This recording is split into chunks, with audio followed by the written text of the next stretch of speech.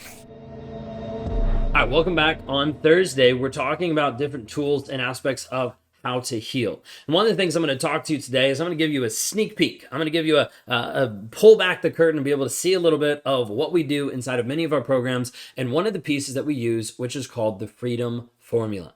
How do you actually get free from your own triggers and your own emotions that seem to overwhelm you and keep you stuck mentally and emotionally and keep you just confused and lost? Today, I'm going to walk you through the freedom formula. Talk to you how it actually is, how it works, how it sounds, and get you an idea of what it actually looks like. If it resonates with you, this is what we do to a much deeper level, higher accountability with more tools and more science behind it inside of our programs, and would love to be able to help you with that. You can go to rawmotivations.com. If you guys are new, my name is Ben Taylor. I'm a self-aware narcissist on this channel to provide awareness about narcissistic abuse. I work as an abuse recovery coach to be able to help women that have been stuck in toxic relationships find freedom. Break the bonds that have currently left them stuck and addicted to a toxic guy.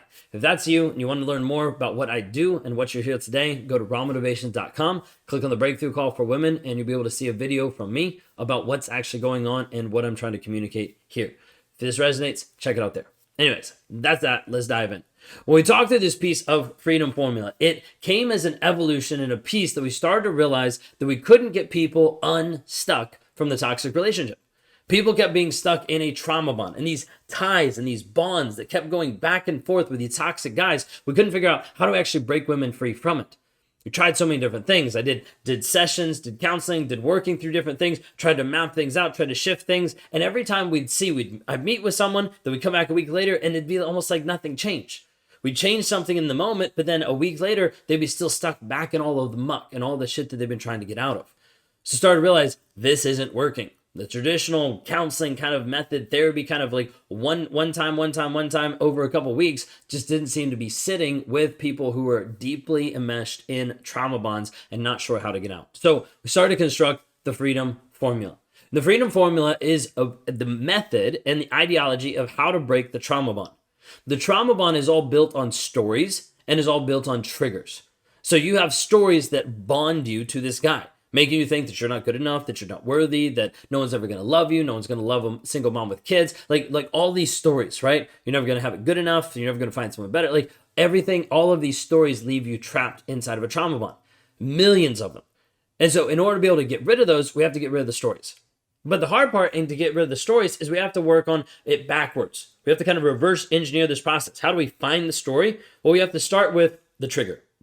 Think of it being like you take a pebble and you throw it into a pond. It's going to cause a ripple effect. The ripple effect is what's cascading through your life, causing chaos and frustration, causing different stories that you believe and you think. But oftentimes it takes a hard look to be able to get underneath the surface of the water to be able to see where is that pebble? What's the original thing that started this whole process, that started this ripple effect into all aspects of my life? So that's what we do inside the freedom formula to actually build freedom and actually break the trauma bond. We've seen hundreds and hundreds of women actually break the trauma bond completely, even just going through a self-guided system of how it actually works and what it actually looks like to be able to be unchained from the toxic relationship. So let's dive in. Freedom formula. It's going to break down in a couple different ways. I'm going to talk through it, then I'm going to teach it, and I'm going to kind of explain it a little bit more. When we talk through it, it's going to go in certain little tiers. The first half of the freedom formula is all going to be in the emotional space, the emotional side. This is where we want you to engage with your feelings and your emotions and not bring a whole lot of logic into it. You might be like, why? I need to bring the logic into it. Well, just understand if you're watching my content, you probably already have a disconnect from your logical side and your emotional side. Because your logical side says, hey, I should leave this guy. And your emotional side is like, but I still love him, but I still care about him, blah, blah, blah, blah, blah, blah. And that's the problem is we have to be able to get these two to actually talk together. So inside of this, we have to break them apart so we can deal with them one at a time. Your logic is trying to override your emotional is trying to override your logic. It's just a battle. We're going to deal with both, but you need to be able to let go for a second and say, hey, we're only going to focus on the emotional. That's the first half of the formula. The second half of the formula, we'll dive into logic. So that, like, you can appease your mind being like, no, we're going to get to the logic. It's okay that we sit in the emotional piece for the beginning. Because we have to figure out what's actually going on. What are you actually thinking? What's actually underneath the surface? So if we break this down, I want you to understand the first section of it is the emotional side. This is where we identify the triggers, where we talk through what are the emotions, where we express those out and what are we feeling, and we try to be able to identify what is the story that we're telling ourselves. Then inside of the logic side, we're going to be dealing with what's that story and how does it compare to the facts? Does it prove or deny the story that I'm telling myself? How do actually the facts look? Listing them all out, saying how do these facts showcase and actually demonstrate this story that I'm telling myself, or how do they disprove it? Then we move into the piece of creating the new story. And the new story is where we actually rewire. We change the new story and we replace the old story with the new story, helping us actually shift our focus and shift what we're thinking on so that we can have different results in our lives. When this happens, we start to implement the new story over the old story. So you get activated, you get triggered, and things start to go in the same exact progression. You're like, wait a second, I've already worked on this. Let me review my new story. The new story gets reviewed and memorized and implanted into your mindset because we have to shift what you're thinking to produce different results. Very key and very important. We talked about this yesterday inside of the piece of your focus and inside of your results. All right, so let's dive into the freedom formula. You have a million different triggers on a day-to-day basis. I want you to consider and try to narrow it down to what is one. Like the one main trigger right now that is affecting you on a day-to-day basis. This could be one that's sidelining you every single day. That's a consistent one. It could be one that's the biggest one. When this trigger, you just get this pit and this weight in your stomach and you feel like you can't even get out of bed and you can't even move forward. Either way, we're looking for what is that one trigger. Now, you can have tons of them. We're only going to work with one at a time. If you try to work with two at a time, it won't work. We have to do one at a time. And as you do this more and more, you'll build up the reps so you can actually get rid of more faster. But we have to first start off with one at a time. Does that make sense? One at a time. We can come back with others, but just one at a time starting off with. Okay, so you have a trigger and you're like, hey, this is my trigger, and you write down the trigger. When you write down the trigger, then I want you to sit and express all of the emotions associated with that trigger. Now, we'll do this by pulling up an emotion wheel. You can find a ton of these out there. You can Google some. Some of the best ones I've seen are like human systems where they have like emotion wheels and you can see there's happy and there's sad ones. We typically are doing like the uncomfortable emotions, right? Because those are where you're currently at when you're in a toxic relationship. Inside of this is going to have a couple different like rings to it. It's going to have like a center ring with about 6 different emotions, then another one with about like 6 to 10 emotions for each like pie slice, and then another one that expands that even more. What we're looking for initially is when we look at this trigger, what's the first like core emotion that it sparks? What is it? Is it anger, sadness, being alone? Like what is it? And so we try to be able to figure out what is that one.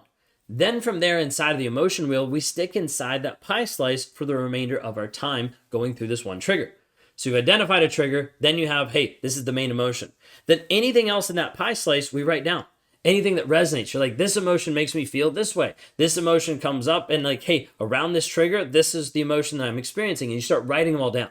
You might have 3, you might have 20. Doesn't matter. What matters is you write down all the emotions in that pie slice going back to the trigger. Then we move into a place where we have to deal with narrowing it down so we can get to the feelings part. Narrowing it down means we need to take those 5, 20, however many it is, and narrow it down to what are the top 3. You might have to go through and actually physically speak them to be able to feel it. And all of a sudden you're like, oh, I said that one and I felt it. Highlight that one. Go through and find the top 3.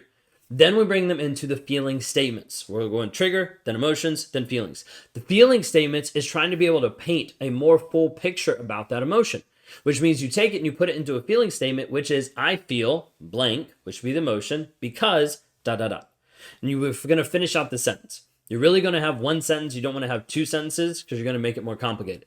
Try to get very base and very simple in what you're communicating and what you're putting out there. So you have 3 emotions and you're going to put 3 feeling statements. I feel sad because he cheated on me and left me for another woman. I feel sad because, or I feel upset because, and whatever it might be. So you're going to have 3 emotions, plug them into 3 feeling statements, and write them out. Okay?